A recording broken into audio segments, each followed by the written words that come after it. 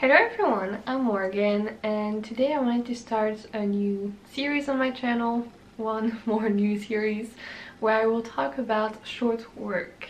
So every Sunday I'm going to bring you a review of some short works, so some short stories maybe, some novellas, and maybe a few other things.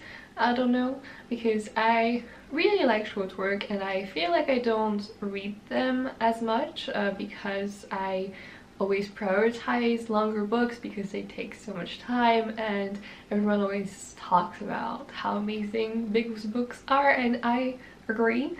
But I also want to read those short books, especially right now because I have less time to read with my master's going on, which is why I've been kind of dropped out of the sight of the earth. But I do want to come back and stay if possible, but I want something easy to make, so this will probably be it. And that way also you can get recommendations, of course, for short works, because I feel like we don't talk about it that much and we should. So that's what I'm going to do. So every week I'm going to bring you a review of one work, as I said, and I also want to pick the next book that I'm going to read in this video also at the end, so that it makes it more fun for me. Like, I'm really excited to discover what I'm going to read next week and every week after, so that's what I'm going to do. So yeah, so the first book I'm bringing you today is The Slow Regard of Silent Things by Patrick Rothfuss, which is actually a continuation of the Kingkiller Chronicle, sort of. The first book being The Name of the Wind, and the second one was something Silence. Anyway, that I really liked, and this follows Ori, one of the characters that we see in the series, and it's just about her and her life, sort of. She lives in the university, below it actually, in sort of the sewers, I guess, and we see her a little bit during the series, but only here and there, because I don't want to spoil you, but yeah, we see her a few times, and I do like her character, but we never knew that much about her life. We only see her in relation to the main character in the series, but here it was just about her. And I thought this was pretty sweet, I guess, how her relation to objects is, because she's always trying to put everything in place. She lives alone below the university, and she tries to discover everything that is under, so she still doesn't know every place. Actually, she discovers new places every day, and she tries to be respectful to everything that she touches, every living thing, but also inanimate objects, and that is just sort of beautiful. It was also sort of weird, honestly, from time to time, the way she's so sensitive to objects, but I did kind of relate, because, you know, she had this feeling sometimes of feeling really alone and not wanting to do things, but as soon as some things clicked, suddenly everything was so much better, and that often came after many hardships. So I guess that's what life is, you know, but sometimes it was a bit heavy-handed, like with the way, I don't know, it was trying to push all these values that she has, and that's part of my criticism.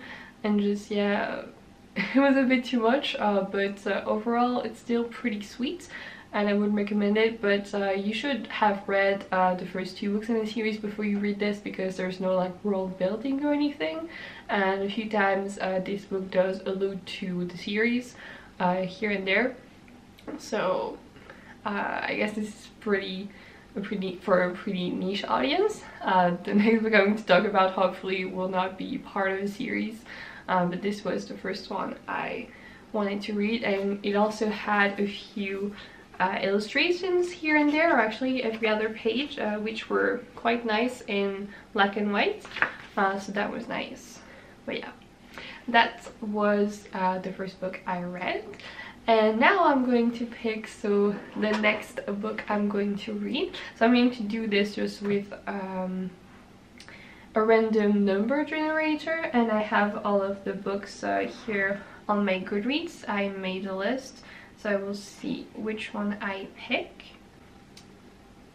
Yeah, so hopefully here you can see what I'm doing, sort of. Yeah, okay. And now we're going to generate, and I ended up on the 20th. So the 20th and the last one is Snapshot by Brandon Sanderson, and this is kind of a mystery sci-fi thing, and I got recommended this actually from what is it, from Storygraph, which I've been using a lot. I like it way more than Goodreads, but Goodreads still allows you to do lists and other things that Storygraph doesn't, so that's why I still use it.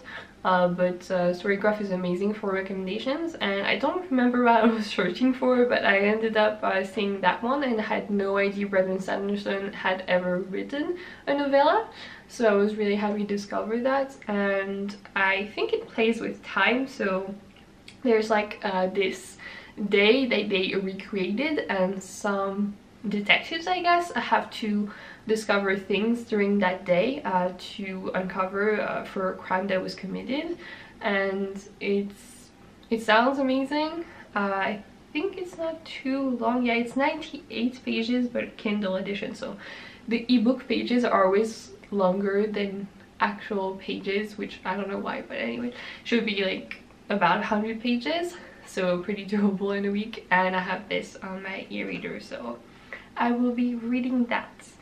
Honestly, this was the one I wanted to read right now, so I think it's fate, you know. So yeah, this is all for today.